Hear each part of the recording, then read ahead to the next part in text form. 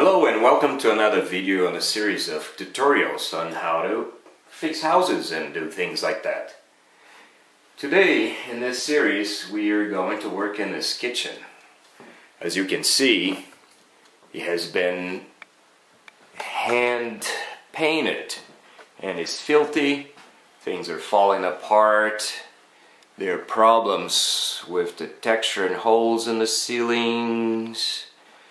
And there are things dangling and falling off. The previous paint job was a disaster. There is bleeding of the blue paint onto the glass.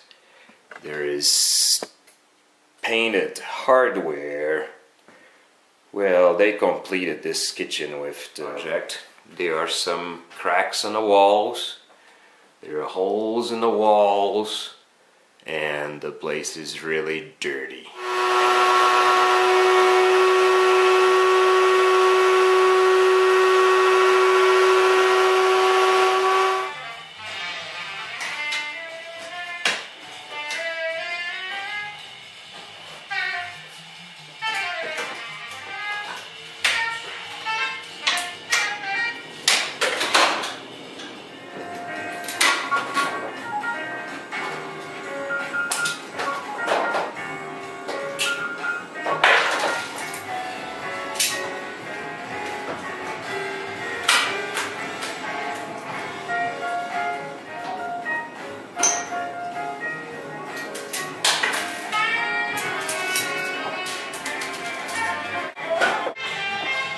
I like to remove all the hardware.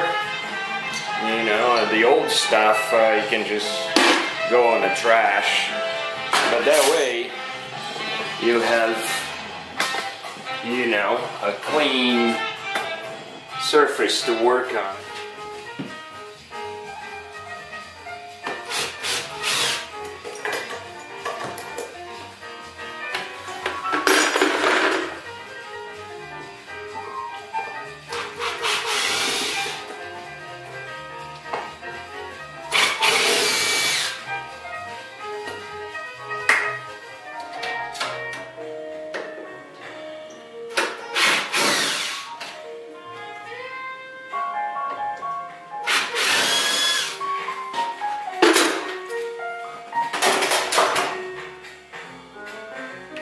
Just a reminder, first rule of tinkering, keep all the parts. Whoops, here goes that screw.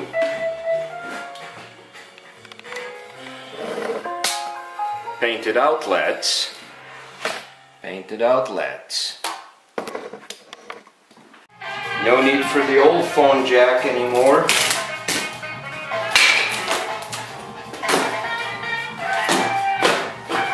Gotta be careful there.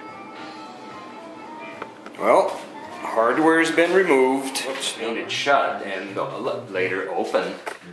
But what it does, it creates these very tight, ugly seams. So I'm cleaning them up a bit. Another thing you can see here, I hope, one time had wallpaper. And we're gonna do a wood graining against the painted wall, and an edge like that would be a problem. So we're gonna have to clean and patch that too.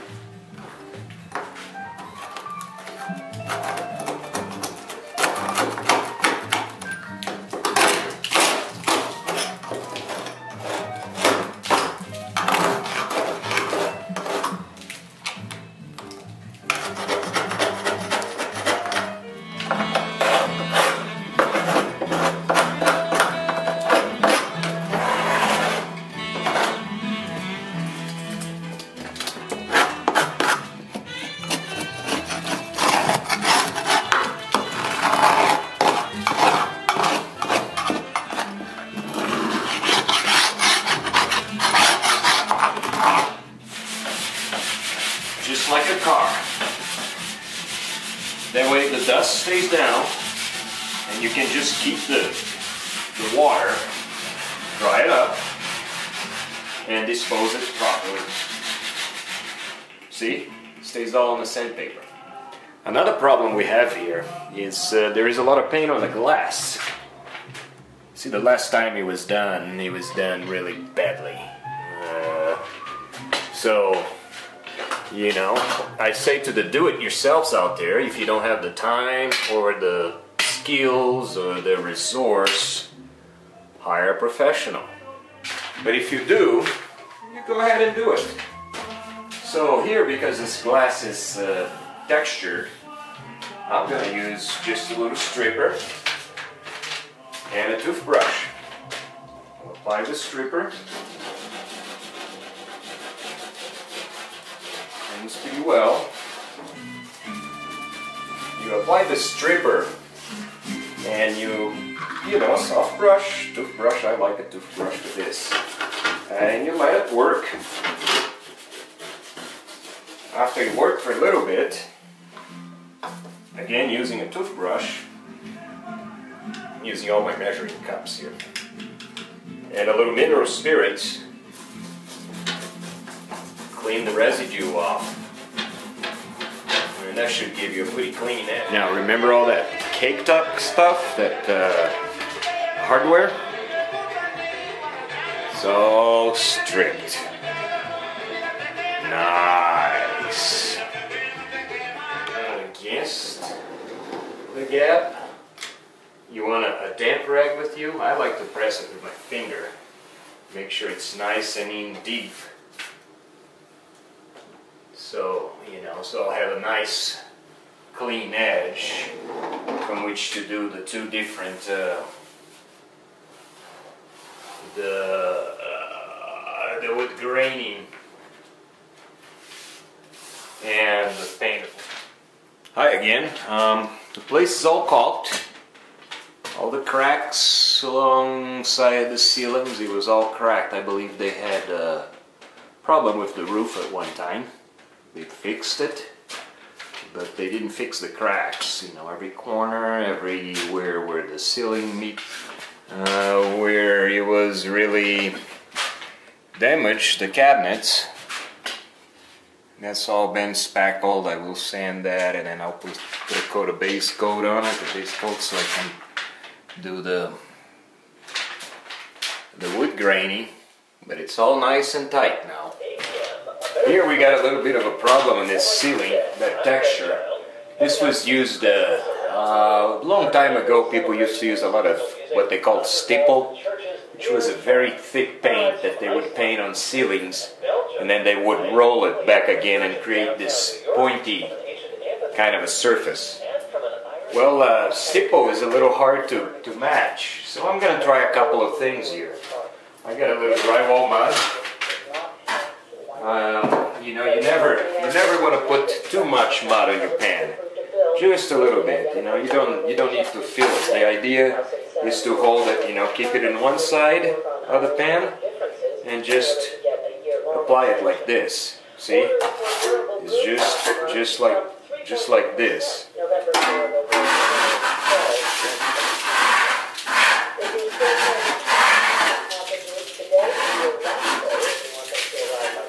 Then I'm going to apply the mud. It's just all-purpose drywall mud. As NPR 16, Noguchi reports with online retail sales up this year, the crush means lots of business for shippers. This is what UPS and FedEx plan for all year. January, they start The stumper out, but it's out there, it's winter. So I'm just going to use another drywall pan and press against the mud that I spread out there. Just kind of get it in there and then pull it out. It's not going to be a perfect match, because like I said, you know, it was stippled. I'm going to make it this, then I'll knock it off a little bit once I'm done with a piece of sandpaper or something.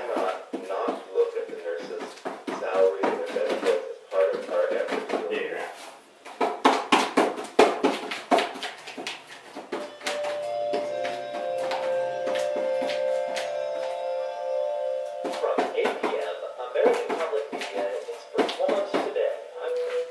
Well, you always want to clean your tools right away so they won't harden. The drywall, always wash them. It just takes water and a stiff brush.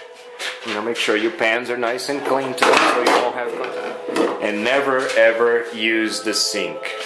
because drywall mud will harden up and you'll plug your pipes. You always use a 5-gallon bucket. They'll knock all the high spots out, make it all blend a little better. And you make these. Now because these walls were so dark and dirty, I am putting a split coat on them. A split coat, it's a mix of primer and finish. You know, it can be 50-50, it can be 70-30, but you know, it's a good trick because it increases the bonding of the finish because you have primer on it, and it works well with the finish that you're gonna put on top of it because again the bonding, and it lights things up.